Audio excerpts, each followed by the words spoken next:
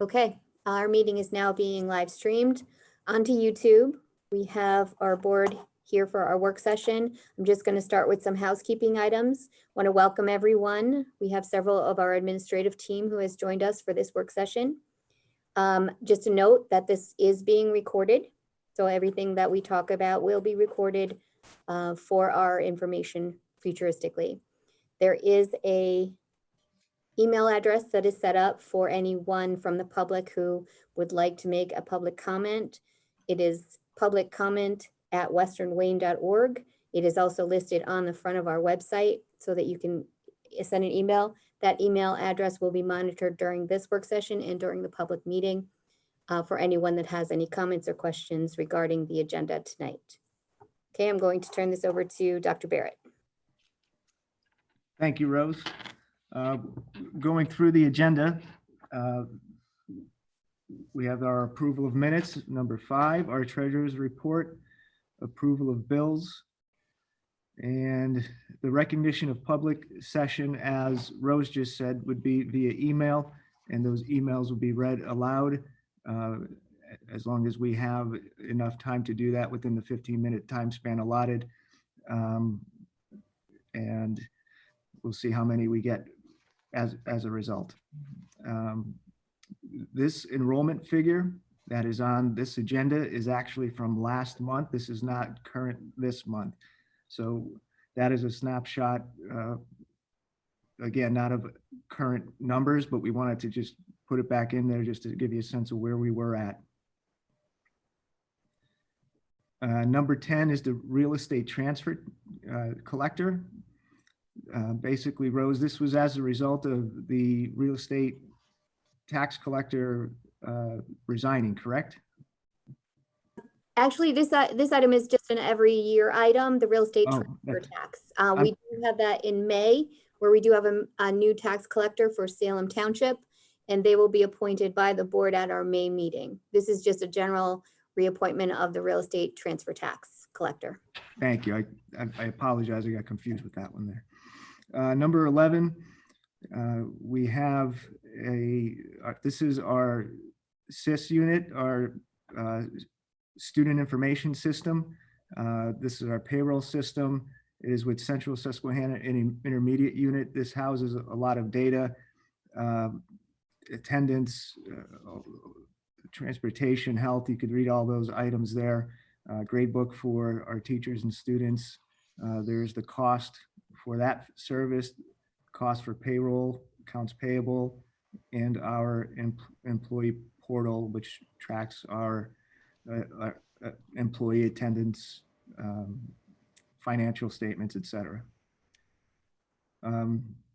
And Rose's approximate cost, $49,000. That's pretty much in line with last year's, correct? It is. The overall cost is about the same. A few of the items went up a few cents, but our enrollment has been going down, so it kind of evened out, and the approximate cost will be roughly the same as what we had in 1920. Thank you.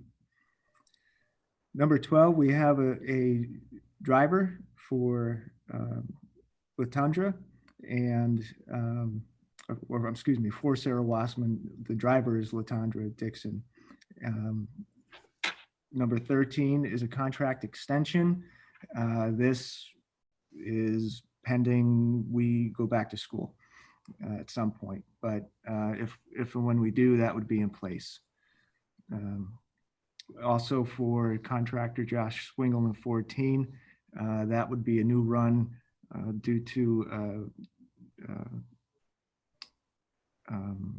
one of our students that was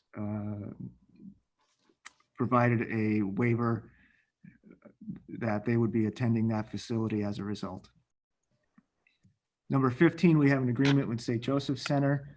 This is for students with special needs based upon the child's IEP, and that runs from July 1st to June 30th. Number 16, I don't know if this is going to happen. We put that on here tentatively. This was a facilities use request um, for Mike Minor. Basically, it's a benefit for him. If you remember, he was a student here. He spoke at our athletic banquet a couple of years ago, did a fantastic job. I believe he's in the Paralympics, and this is to raise funds for him. So they did ask if there would be the potential to waive the fees for that group. I don't know if you guys would be agreeable to that, but if so, I can get back to them based upon approval. I see no problem with waiving the fee, Matt. I don't have a problem either with that. No problem. Okay, very good. Thank you. I will notify them of that. And again, this is pending, will be allowed back in.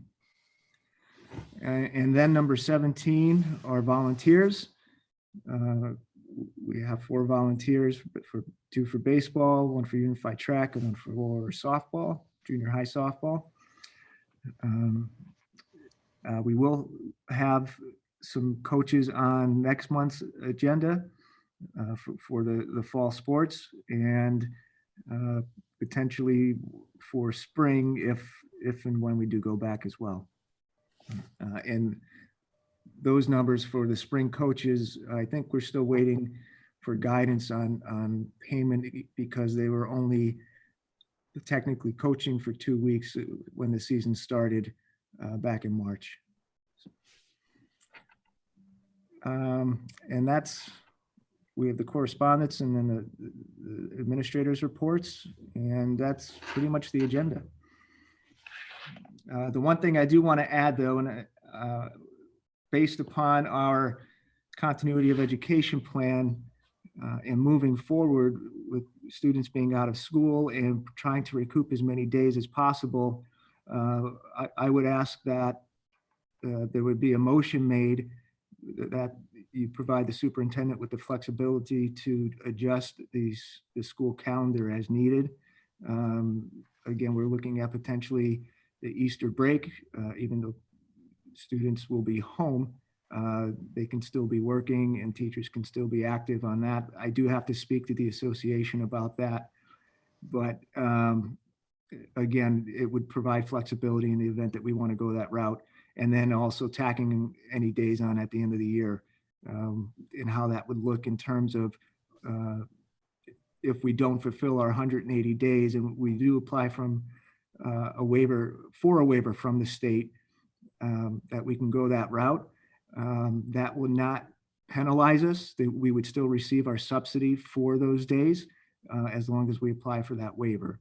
Now, granted, we can also continue to bring staff in via virtual means if necessary for professional development for days following in order to fulfill as much as we can with the contractual obligation on their end. So I'll if be you glad to do that for you, Matt. I just want to make sure how you want to word it. I will make a motion to allow superintendent to adjust the schedule as necessary for the rest of the 2019-20 school year. I think that's sufficient enough. Okay. And I think we should do that right before, I'm sorry, number 10, I believe it was. Yes. Yep. And then we'll block, and then Bill or somebody's going to block number 10 through number Yeah, we'll do it. 17 together. A consent block, yes. I'm okay with that. And I'll do it just like that. Motion to allow superintendent to adjust the schedule as necessary for the balance of the 2019-2020 school year.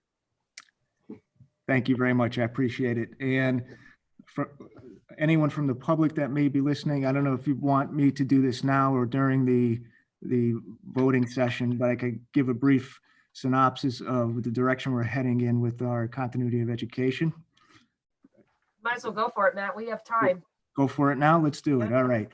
So for any members of the public or for those administrators here that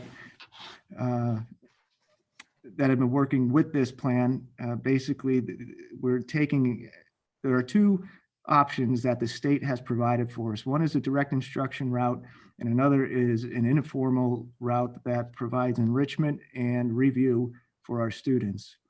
And due to some of the parameters that we're working within and our legal obligations to all of our students, we are initially starting with the informal route along with all other districts in IU-19 to provide the enrichment at this point. We are looking to move to provide additional resources to all of our students, provide necessary technology to our students. We have a survey that was mailed today. I will put out a few voicemails and emails in the next several days, informing families of both that and the process moving forward with our teachers and getting our teachers more active and involved with the child's education via email, Google accounts, and various other measures that we're looking into and that the state has provided that we're seeing if it would be feasible to implement on our end. But there will be much more robust plan than is currently in place, although we needed to get something started. And again, we needed to work within federal and state guidelines in order to ensure all of our students have equal access. So that's where we're at this point. And starting next week, we're going to be moving in that direction. Okay. Great. All right. Well, I guess we will break now until 7 till we can get the vote in. So if anybody has any other questions at this point, now it's the time. But if not, we will regroup at 7 and have the votes. All right. I don't believe I have another link for a 7 o'clock meeting. Are you going to? No, send we us- don't. You'll be staying right on this link. All the board members, you could just, everybody will be muted and we'll go on pause. We will reconvene for our 7 p.m. meeting. Very good. Thank you. All right. Great. Thank you, Thanks, guys. everyone. Thanks, everyone.